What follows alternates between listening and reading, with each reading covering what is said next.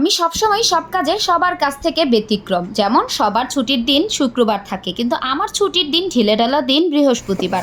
Hello everyone, আসসালামু আলাইকুম, welcome back to my ঢিলেঢালা ব্লগ। এখানে আমার সাপ্তাহিক ছুটির দিনও বলা চলে, কাজকর্মের দিনও বলা চলে। একটু করে কাজ করব, একটু করে আরাম করব, সেই ব্লগটাই শেয়ার করতে থাকি। সকালবেলা যথারীতি আমি ব্লগটা শুরুও করে দিয়েছিলাম একটু কুসুম গরম পানি খেয়ে। তারপরে সাদকে যথারীতি কোচিংয়ে পাঠিয়ে দিয়েছিলাম। এরপরে আমার আজকে কোচিংয়ে যাওয়া টাওয়া নাই, আমি একদম স্কুলে যাব ডিরেক্ট, যার জন্য আমার একটু লেট করেই যাওয়া হচ্ছে। গতকাল এই মাটির হাঁড়িগুলো আম্মু কিনে দিয়েছিল, একটা বাটনা আর সঙ্গে একটা ভাতের হাঁড়ি। আমার আগের বাটনাটা তো বেশ অনেক বছরই হলো, এখন তো একদমই নষ্ট হয়ে গিয়েছে, যার জন্য মাছ এখন ভালো করে পরিষ্কার করা যায় না, যার জন্য আম্মুকে বলেছিলাম, তো আম্মু কিনে দিয়েছিল, সেটাই এখন দেখালাম। তারপরে এই তো আজকে যেহেতু সপ্তাহের শেষ দিন, একরকম করে রান্না করতে পারলেই হলো।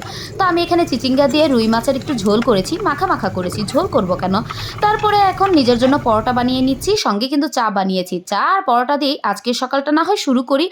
একদমই সারা সপ্তাহ আমি যেমন করে যাই করি না কেন, ভাত তো আমি এমনিতেই কম খাই, কিন্তু আমি সারা সপ্তাহে একদিন, যেদিন বৃহস্পতিবার নয় শুক্রবার, এই দুইটা দিন আমি একদমই কোনো রকম চিন্তা ভাবনা ছাড়া সব ধরনের ওলটপালট খাবার খেতে থাকি। মানে এই দুইটা দিনে আমি অনেক বেশি পরিমাণ খাই, যেখানে আমার সব কিছুই খাবার দাবার হাবিজাবি থাকে, যার মধ্যে সকালটাই আমি শুরু করেছিলাম পরোটা দিয়ে আর চা দিয়ে।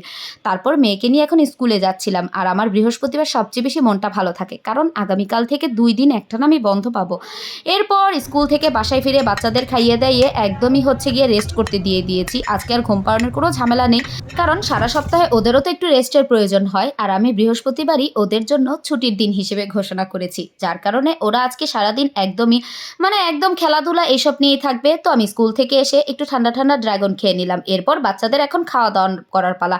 আমি বাচ্চাদের এখনও খাইয়ে দেইনি, তারপরে এই তো এখন ছোটটাকে খাওয়াইয়ে দিতেছিলাম, আর বড়টাকে তো সঙ্গে নিয়েই বসেছি। এরপরে আমি একটু করে ব্ল্যাক কফি খেলাম, আর এটা কিন্তু একদম খাঁটি ঘি, সেই ঘি দিয়েই আমি ব্ল্যাক কফিটা বানাই বা বুলেট কফিটা বানাই।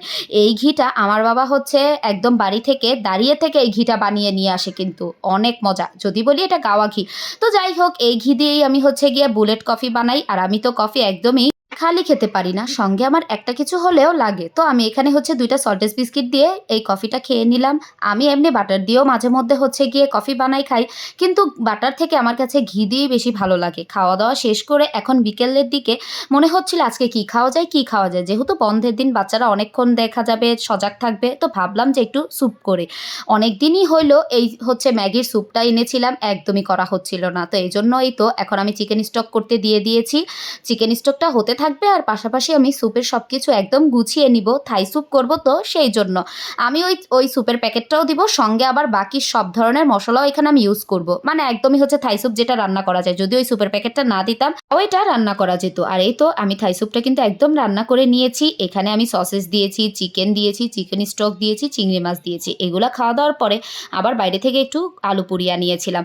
গরম গরম আলু পুরি দিয়ে চা দিয়ে খেতে যা অস্থির লাগে না, কি আর বলবো। এই যে বললাম না, আজ 2 দিন আমি একদম ননস্টপ খেতে থাকবো, কোনো রকম খাওয়া দাওয়া বন্ধ ছাড়া।